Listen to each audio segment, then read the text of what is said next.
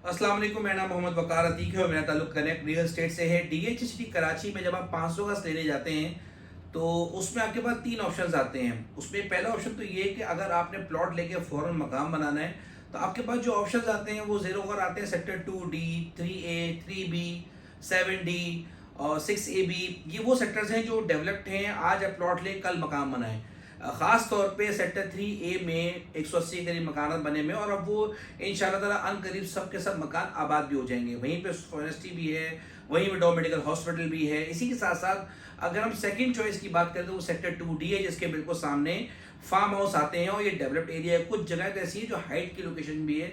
600 की सीरीज वाला एरिया जो है सेक्टर 2D का, 300 की सीरीज में वो एक अच्छी हाइटेड लोकेशन है। उसी के साथ साथ बिल्कुल उसके साथ वाला सेक्टर 5C, वहाँ पर तकरीबन 1 करोड़ के आसपास का रेट है। 49 नंबर वहाँ कोड हो रहा है 1 करोड़ 5 लाख रुपए में। वो भी एक अच्छी चॉइस है कि आज आप प्लॉट लें, कल उसमें मकान बनाना शुरू करें। कल से मुराद ये है कि आप साल, 2 साल, 3 साल ले सकते हैं अपना मकान बनाने के लिहाज से।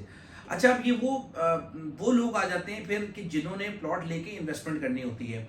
इन्वेस्टमेंट करने में 2 तरह के लोग होते हैं। एक तो वो लोग होते हैं जो कहते हैं कि वकार भाई हमें रेट ऑफ रिटर्न चाहिए, और एक वो लोग होते हैं वो जो कहते हैं कि भाई हमें रेट ऑफ रिटर्न तो चाहिए चाहिए, लेकिन हमें एक गारंटी भी चाहिए कि जो प्लॉट हम परचेज कर रहे हैं वो रिस्की ना हो, यानी कि वो खड्डे की लोकेशन में ना हो।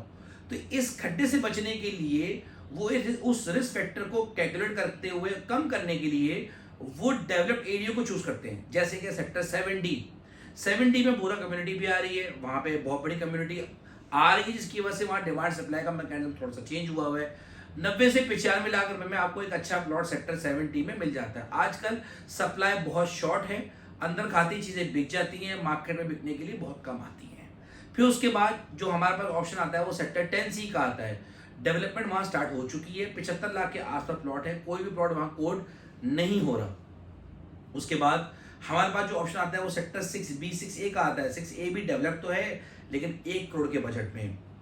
वो लोग जो 75 लाख या 73 लाख का प्लॉट लेने से बेहतर 10-12 लाख रुपए डालना पसंद करते हैं कि रिस्क कैलकुलेट कर लें, यानी कि रिस्क को मिनिमाइज कर लें, तो 10-15 लाख तो डाल लेते हैं, लेकिन 6A और B में नहीं जा पाते। क्यों? क्योंकि वहां पर 95 लाख का रेट है, 7D में 95 लाख का रेट है। वो फिर कैलकुलेट करते हुए जाते हैं सेक्टर 14C की तरफ। 14C में भी आपको 75 लाख का प्लॉट मिलता है, लेकिन प्रॉब्लम ये कि वो गेट से 6 किलोमीटर दूर है। तो अब आपको अगर कोई इन्वेस्टमेंट करनी है, अच्छा प्लॉट परचेज करना है, तो फिर आप जाएं तो जाए कहाँ? तो फिर लोग कुछ लोग तो वो ये करते हैं कि भाई जनाब शुरू में प्लॉट ले लो, डेवलप भी हो, लेकिन उन्हें कोई फर्क नहीं पड़ता कि गैस पाइपलाइन पास आ रही है, नाला पास आ रहा है या कोई कमर्शियल पास आ रहा है, वो उसको कैलकुलेट करते हुए चीज़ परचेज कर लेते हैं।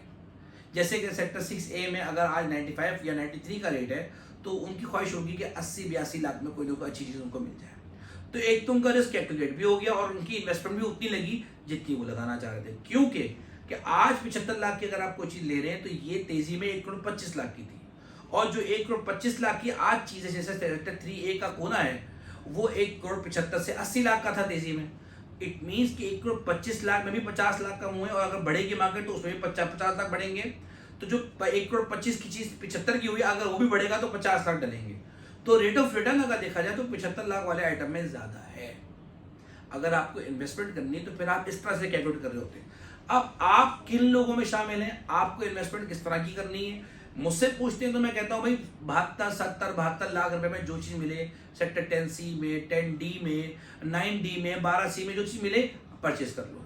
येलो जोन है, या अब येलो जोन का मतलब क्या है? ये जगह डेवलप नहीं है, ऑन ग्राउंड अभी इसकी डेवलपमेंट होनी है। रेड जोन तो वो होता है ना सेक्टर 9AB, 12AB, तो ये वो सेक्टर 9AB और 12AB वो सेक्टर्स हैं कि जिसको येलो जोन से निकल के लोग 9AB, 12AB को प्रेफर करते हैं, जहां आज कोई भी चीज़ प्रेफरेबली कोई भी चीज़ अवेलेबल नहीं है। रिस्क कैलकुलेट हो जाता है, 12AB में लेने जाते हैं 82, 85 में चीज़ मिल जाती है। एक तो रिस्क कैलकुलेट हो गया, रोड का सेक्टर है, रिस्क ऐसे कैलकुलेट होगा कि ऑन ग्राउंड है, डेवलप्ड है, ऑन ग्राउंड जाकर प्लॉट को दे सकते हैं 12AB, 9AB को, तो वो येलो जोन 12C, 12D से बेहतर है। ठीक है, तो अगर आपको भी आज कोई चीज मिलती है 12AB, 9AB में या 10C में या 7D में, तो आपको परचेस करनी चाहिए। एक अच्छी चॉइस है 500 गज के लिहाज से, इन्वेस्टमेंट के लिहाज से।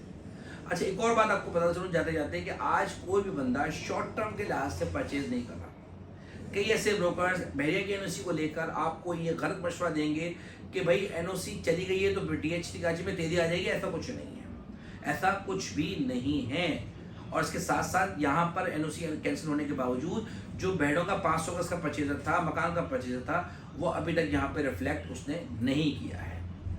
थर्ड, सबसे मेन इंपॉर्टेंट थिंग वो ये बात है कि आज कोई भी चीज़ आप परचेज करते हैं तो शॉर्ट टर्म में वो आपको बेनिफिट नहीं देगी, आपको कम से कम 2 से 3 साल 4 साल वेट करना पड़ेगा। और प्रैक्टिकल उसकी बात ये कि मलिर एक्सप्रेस बन रहा है, शौकत खानम हॉस्पिटल बन रहा है, जो कि एक बहुत बड़ी तब्दीली लेकर आएगा DHC कराची की मार्केट के लिए। Thank you.